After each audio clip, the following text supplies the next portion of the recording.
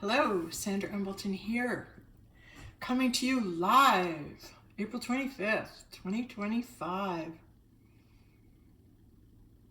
Yeah. Tomorrow is the 26th, and it would mark the 10-year anniversary that I gave the eulogy at Dave McEachern's funeral. I drove all the way up to Meaford to do that. Yeah, it's not every day that a guy's mistress ends up coming in and giving the eulogy at his funeral. But then again, why not, right? It all worked out just that way. All right, so I needed to come on today for some reason, so I'm just going to be real and I'm just going to let it come through me and start with where we are. Start with where we are. Okay. The energies this week, oh my God, really the last 2 weeks, but I've had a really tough time the last 3 or 4 days, like nausea towards the end of the day, like really, like, oh, and sweats, oh, crazy sweats. And like I know my inner, because the inner's going, I'm going to die, I'm going to die. Then it goes to, no, I want to die. I want to die. I feel that bad. And so I'm being aware of it and trying to say, no, I want to live. No, I'm healthy, right? You want to go back and forth with all that.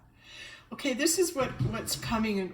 And I've noticed, I'm reading, on Facebook and some of the videos that we're watching, and everyone's got advice. Everyone's telling us what to do, helping us through. We're all coming together. Everyone's coming forward and voicing their thoughts. And that's great because we're all going through this together. And if we can move into that mind awareness that we're one, and this is the best way that I have found, is you're me and I'm you. And so we're one, meaning I'm creator. And when you start taking responsibility for what you're creating, it's like, well, what do I want to create? I'm responsible for what's in my world and what I want to create. So what is it that I want to create? Where are you? In my research and in my work, I'm creating the return of the Christ. And it's because of the experiences that I have had with my twin flame, who I met in 2014 because he saw one of my videos and phoned me because he said, I recognize your light. You have the same light as I do. And then we were guided by God. And God told me that my partner was coming even before I heard from this man.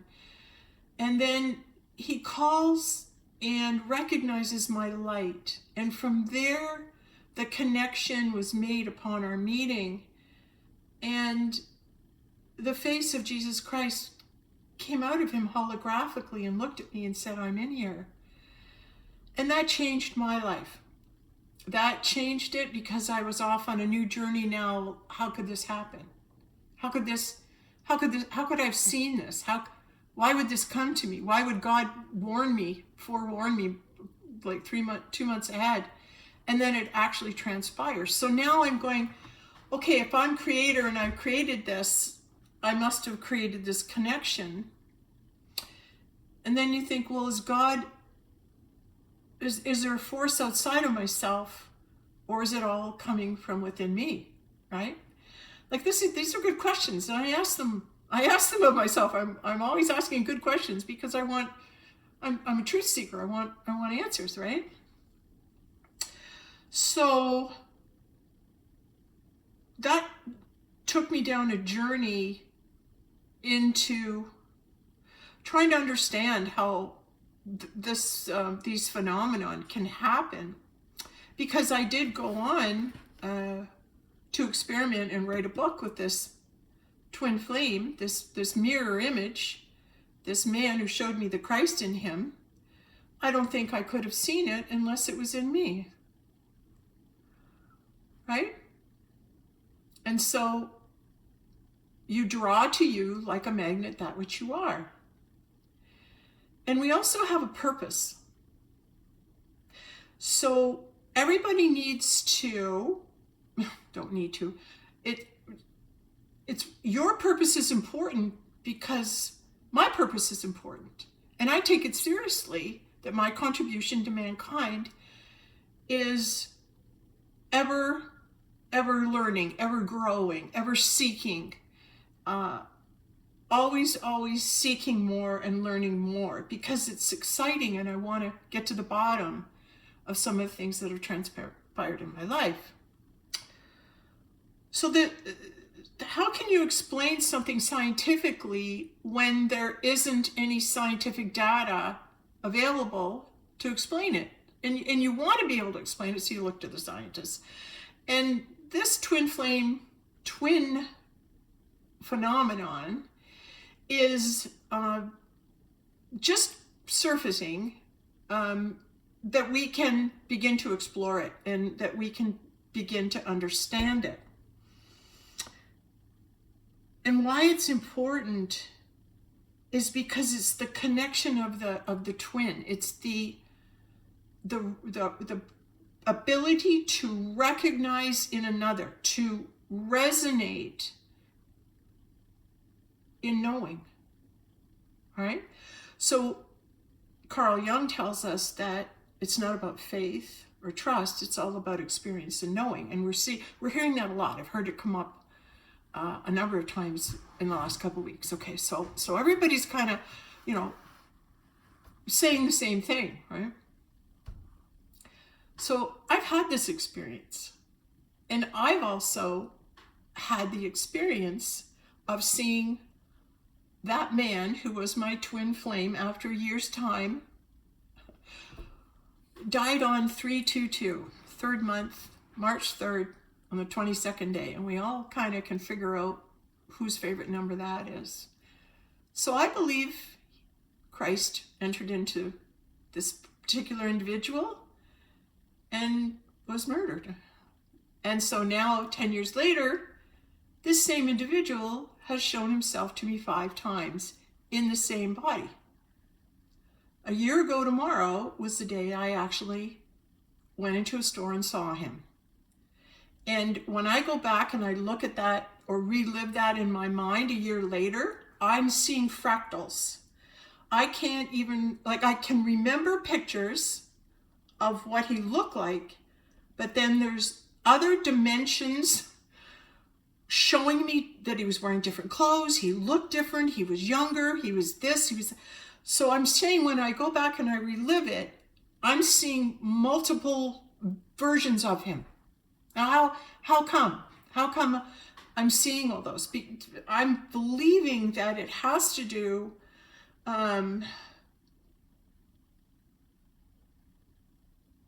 with different timelines. All right, let's bear with me. As of the last couple months, I'm really heavily into William Donahue. And William Donahue is proof that Jesus Christ, Joshua meant Joseph. Let's not judge. I'm going to talk. Okay, just go with what I'm saying, and try not to count the number of ums, and try not to judge, and just listen. Just because we're in this together, and if I've got the courage as part of the one to stand here and let it come through me, please cheer me on, pray for me, and send me good energy, because I'm doing my best to express it for all of us, because I'm in the middle of a conundrum. I'm in the middle of something where I, a year ago, witnessed the return of this very same man I wrote this book with in the same body 10 years later. And I've seen him 5 times in different forms. Like, he's had different mustaches, different hair, but still the same person. And I know it because I feel it.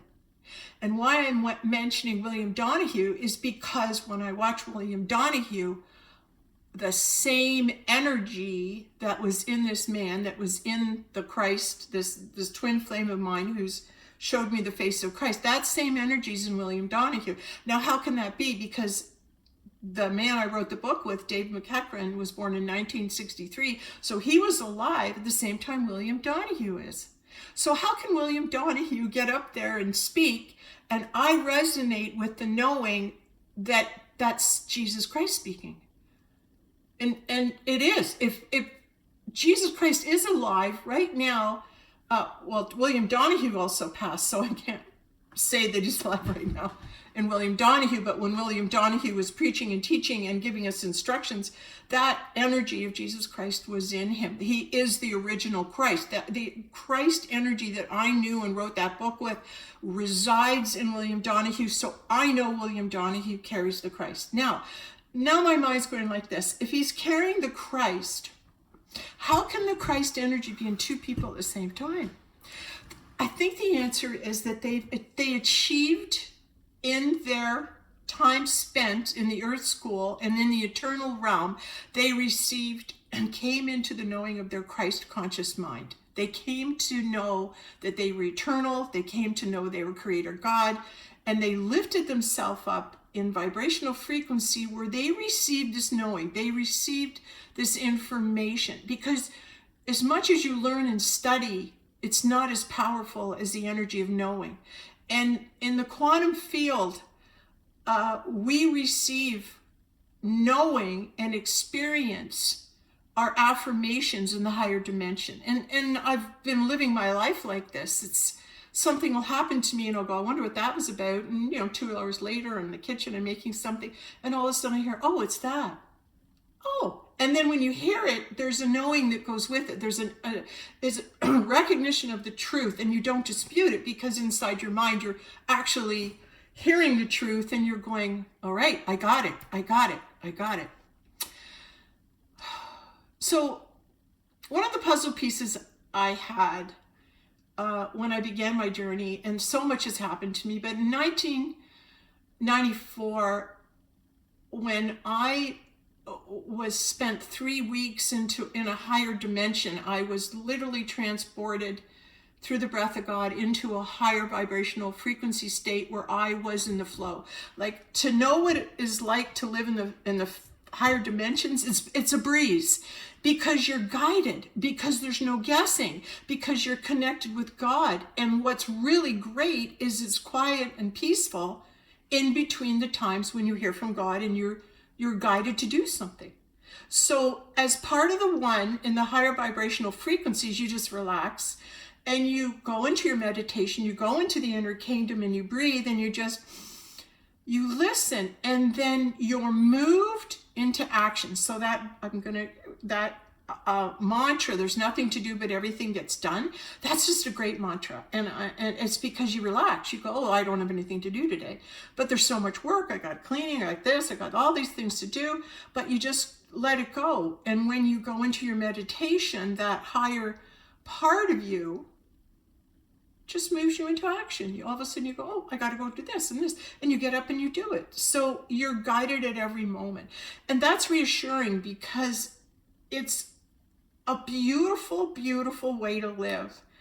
And you're in the action of the everyday, but there's a higher vibrational frequency moving you in your purpose. So you don't have to worry about what your purpose is. You just go and show up and be who you are wherever you are. And that goes for everyone. No matter where you are right now, in this now moment, or this now time, you're living your purpose. And being in the awareness that your purpose is to simply let your light out wherever you are. Just remind yourself, I am the light. I carry the light. I'm a vessel. I'm a representative of God. I'm a voice for God on the planet. I choose to be that light because it makes me feel good and it comes out of me naturally. And we are on a mission, to find out all the different puzzle pieces of who we are, all right? All the different puzzle pieces of who we are without judgment. So coming up in the next little while, we're going to start to receive all this information, and we're going to start to remember who we were in our past lives. Now, this is difficult for me to share. I've dropped little tidbits along the way, but I have come to know in my past life, I was Heimlich Himmler. I was second in command in the German army, which would make me pretty big deal. So it wasn't just something I decided I was. I had to learn who I was. And how you do that is I started to go back over the puzzle pieces of my life, right? And figure out, how could I make such a claim to be Heimlich Himmler, and how can it be a truth? And why would I lay claim to something or somebody that everybody in the world has labeled a war criminal and deserves to die for the atrocities? And then, so you start to do your research, and I start now, I'm watching more and more documentaries about the Third Reich and the Nazi regime, right? And when you put together pieces, like when I was little, younger, and I started to be able to read, one of the first things I read about was the Second World War. I was dumbstruck with it. I was like, oh my God, I have to learn about this. And I just naturally started to have an interest in the Second World War. And I saw all the atrocities and all the pictures they're showing and everything, and I go, oh my God, this is crazy. How can this be? How could this be allowed to be? And I was just fascinated by the Second World War. I always was. And then I start putting in more pieces of my life. And when I was born, the name I was given was Sandra Jean Smith. That's SS. I came in with the SS. The other thing that is the most poignant thing is that you are what you seek. And Heimlich Himmler sought out the Holy Grail. He sought out the time of Camelot, even replicated a round table, and had, people in the SS, they'd sit around and they'd recreate Camelot. Why is that? That's what I do in this lifetime. You don't know how many times I've said, let's get a table. I'm getting a table. I'm getting a round table. I'm getting 24 chairs. This is what the chairs are going to look like. I've had this over and over in my mind in this lifetime. And now that I'm studying Heimlich Himmler, well, it makes sense, because what I did the last time, I'm trying to see it through. Only now I figured it out, because you search for what you are. All right. And Heimlich Himmler searched for the Holy Grail. In this lifetime, I've discovered that that's exactly who I am. Now, I don't have to be the Holy Grail for you. You don't have to listen to me and go, oh, Sandra, you're so big. You're the Holy Grail. Oh. It's like coming to me. It's like things are revealed to me. Little puzzle pieces are coming forward. And other little puzzle pieces that are coming forward right now are the propaganda around the Second World War, and how all the Germans, right, were all painted with tarred with the same brush. Jew killers, criminals, war criminals. And it wasn't until Linda Moulton Howe gave a little discussion on the New Realities panel she was on. At the end, she said, I truly believe the war between the Second World War was really a war fought against the lizards.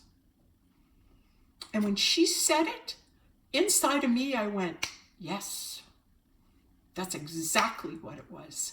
And there was another article I watched too, and it had to do with some fellow put a documentary together all about how, going back into the 1900s, early 1900s, newspaper articles were published, and it was always the same: the 6 million Jews, 6 million Jews, 6 million Jews. And it was planted in the newspaper for like 20, 25, 30 years before the actual Second World War. And how many people died in the Second World War? Oh, there's 6 million Jews. That's what we're all told. And now I'm looking at what's going on in the present reality, and I'm going, is that true? Were we told the truth? So like I said, I'm going in and I'm watching the Second World War documentaries, and I'm looking at the precision, the beauty, the organization that went into the Third Reich. And I mean, I'm blown away. The SS, do you see their uniforms? They're stunning. They're stunning. The colors. everything that they had was beautiful, absolutely beautiful. And I'm going, how could somebody take a country and lift them up to such grandeur and such beauty, right? And then it gets distorted and turned around. And so I don't have answers for all that right now, but I do have answers about the search for the Holy Grail. I do have answers. I am allowing into my awareness that you carry on from your past lifetime, you segue into this lifetime, and you bring forward what you know. You bring forward information from your past life, and then now it's your job this lifetime to put all those puzzle pieces together and to make a picture. So you wonder, how can a war criminal, if indeed they were, what if they were the saviors? What if they were fighting the lizards for us? And that was all covered up. I have to allow that in my mind. I have to take a moment and go, I don't know, I better think about that. Now I got to dig. Now I got to get some information to back that up. Is that a true claim? Does that resonate with me? Does it hit me, you know? So saying that I've discovered I'm the Holy Grail, the episodes and the incidents that have happened in my life all point to it. Like it's again and again it comes up. Again and again it comes up to the point where I was asked by God in 2006 to find the 500 souls that walked the earth at the time of Christ. And God brought me the book. And then God brought the people to my house. And then God sent me different places in the world, and everywhere he sent me with this book, people would show up and sign it. It's a miracle. It's incredible. And all I can do is tell you that I witnessed it, and I lived it, and I experienced it. I experienced collecting 178 signatures and Christ himself showing up and then then dying. And then 10 years later, because we're in cycles, I'm believing that there's, when we vibrate high enough, we'll begin to see each other in who we are for all time. We'll begin to recognize each other. And if you stand and talk and have a conversation with people, you'll reveal together in the high vibration of love and caring and sharing without judgment, it'll start to come to you who it is that you are, who it is that you were, who you were to this person and who you were to that person. So the connections will start to be made. Okay?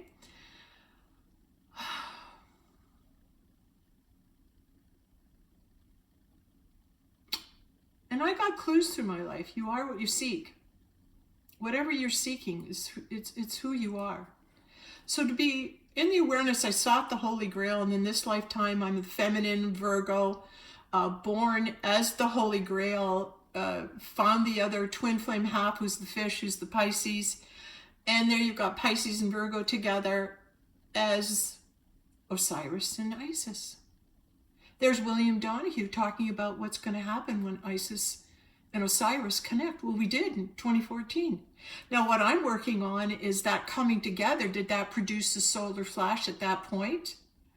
And we're just waiting for it to hit? Did that energy go out into the universe and now it's going to come back? Or is there going to be a reincarnation because I'm seeing them in the same body coming back? Do we just have to raise our frequency up high enough for him to manifest? Or is it just me that has to raise my vibrational frequency up high enough to bring him into manifestation? And I really have a issue with people who go on what other people say and say that Christ will never return in a physical form. He's in each and every one of us. Of course, God's in each and every one of us. But when I collected those 500 souls that were alive at the time of Christ, they came to me, right? They were all alive at the time of Christ. There was a body, there was a Christ. He can come back too. That's my logic. That's my thought. So I'm in the predicament right now where I want a logical explanation of how somebody could pass on and then show up 10 years later. And what's coming through is the quantum physics and the multiple timelines. They say that we are living on different timelines simultaneously. And I've done some videos on that. And I truly believe too that we are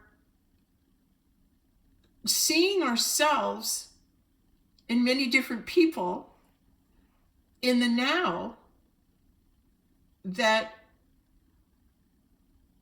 are on different timelines. And because the question is, how can William Donahue carry the Christ while Dave McEachern also carried the Christ? But here's the thing. William Donahue died in 2013, and I met Dave. I spoke to him for the first time on January 1st, 2014. So you ask the questions like, can the Christ energy be transferred over?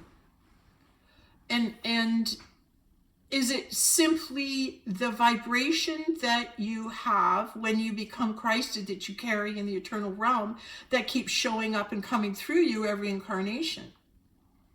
These are all good questions. And I'm really looking at the wave function, and I'm looking at the particles that are observed, right? So when you observe the particle in quantum physics, it stops and it arranges itself for you according to the observer, right? So that's why we all see different things at different times. We're all in different kingdoms. So we're sharing this experience and this reality now time, but we all have such different realities, such different kingdoms, such different thoughts. So having the courage to come out and say, hey, these are the thoughts in my kingdom, right? I mean, people could be going, oh, I don't have those thoughts, Sandra. Well, no, you might not, because you might have a different purpose, and you might be connecting to different timelines. You might have different guides coming in because your purpose now is on this timeline. Are we coming into the same timeline? Is everybody collapsing and coming into the one timeline? Or are we in the process of witnessing all these different timelines connecting? I'm sharing this because ask good questions. Keep asking questions. Keep seeking is what I tell myself and how I continue on. Because right now, I got nothing else. I feel so disconnected from everybody. It's incredible. Like, I look at all the spiritual community. I've reached out to I don't know how many people. Not a connection anywhere. Why is that? Why is that? I don't know. Maybe it's just not time. And we're all saying, well, we're kind of lonely, and oh, you've been put in a place where you can shine your light, and God's placed you there, and you need to be there. But then now you're hearing, well, now the spiritual people are supposed to feel each other and come together. Well, reach out. Reach out. Talk to each other. Correspond and communicate.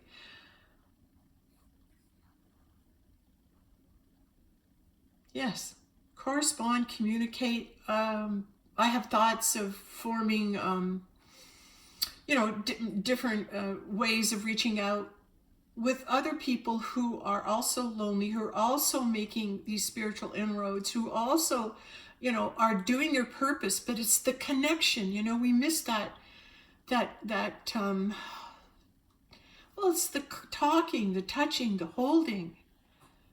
And then our secret weapon, right? Which is sex. Like, why are we not talking more about having sex and how great sex is? And this is a very high vibrational frequency. And the one thing I want to say to anybody who's a William Donahue fan is that I'm watching his videos, and he talks about all that's going on in the brain and the tender mother and the tunnel you go through and all. What I want to do is just turn this board upside down, because it's the woman's creative area.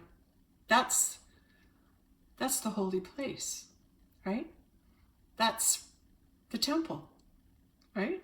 Only one person can get through at a time. It has to go through a very small passageway, right? And that's the seed of creation. It's mother. Why call it Pia mother, dear mother, tender mother? Why call it that? Because it's the most tender, vulnerable place in the world. It's the seed of creation.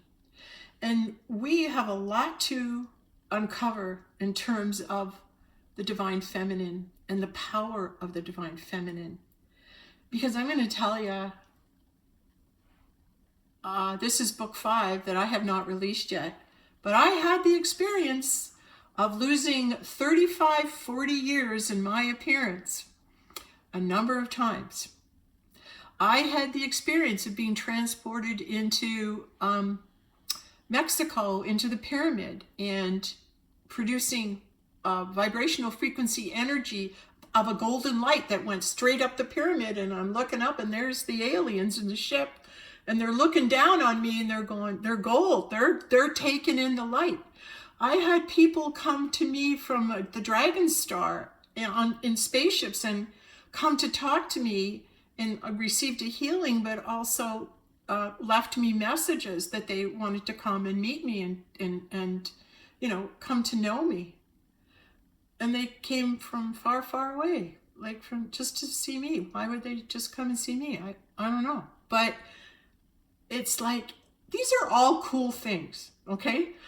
Just really cool things. And I know all the pieces are going to come together. I know everything's going to end up making sense, and the puzzle pieces will fall into place.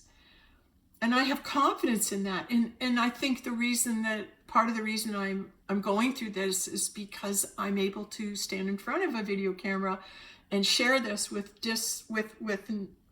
the fear of how I'll be judged. Because as sure as I'm standing here, we do judge, and we look, and whatever judgment people have at it, because I have no control over that. All I can do is have the courage to stand up and say, this is my experience. Why would I share it? Because it's exciting, because it's about Christ, because it's about the Holy Grail, because it's my experience. And in your world, are you able to have the same experience? In your kingdom, what do you want to create? Do you want to meet Christ? Then say it. Then state it. Then don't be afraid to say, yes, yes, I do. Yes, I want to feel that vibration. Yes, I want to be and meet that individual. Because if you can dream it, you can create it, and you can meet him too.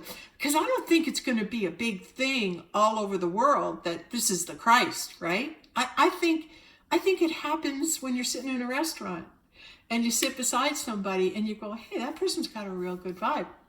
And then you end up having a talk. You end up, hey, I like your stones, I like your bracelets, what are you wearing there? Some amber, oh, that's so nice.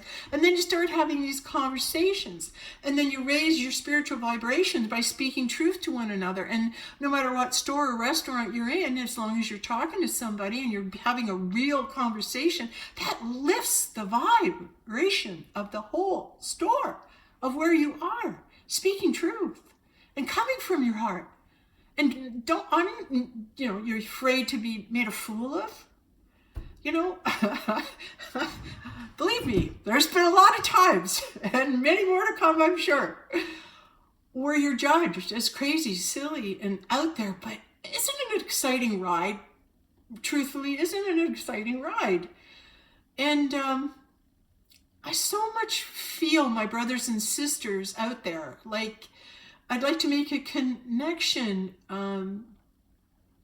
with a number of people that are actually family members of mine, like James Gilland. He's my brother.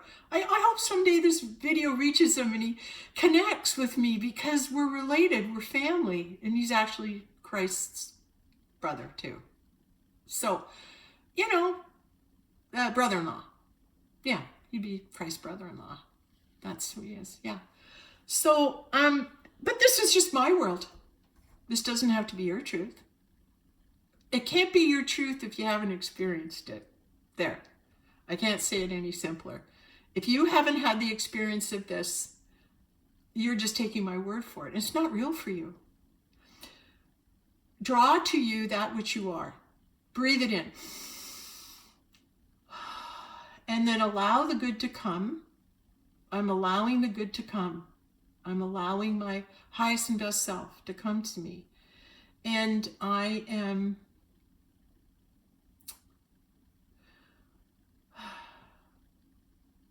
doing my best to stay present and just see myself. Right now I see myself really having a hard time with all this, feeling nauseous and all the sweats and everything. And I'm really, really hoping that the DNA is upgrading and I'm receiving the higher truths.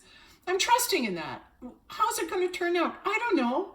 Is the sun going to explode? I don't know. Is it going to come down? Are we going to go into all this chaos and stuff?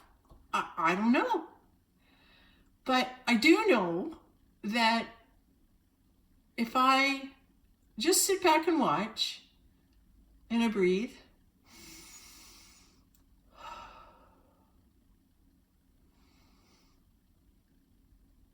I'm working on understanding we're all one. I'm working on knowing that you're me and I'm you.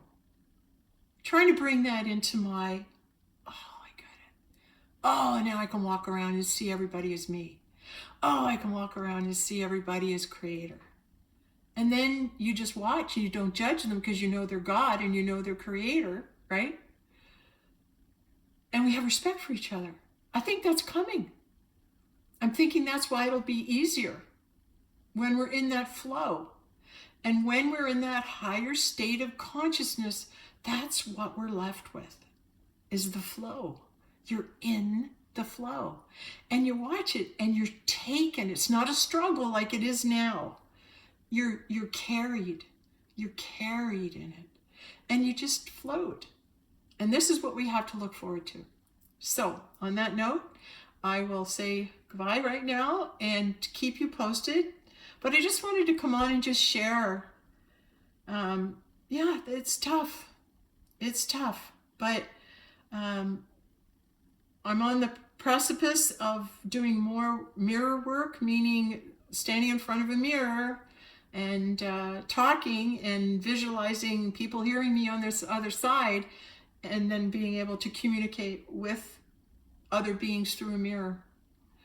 I know there's more research to come out and more discoveries on that, but that seems to be what's going on right now, and it's very exciting. Okay, thank you very much, and I'll just keep reporting when things progress. Okay, thank you.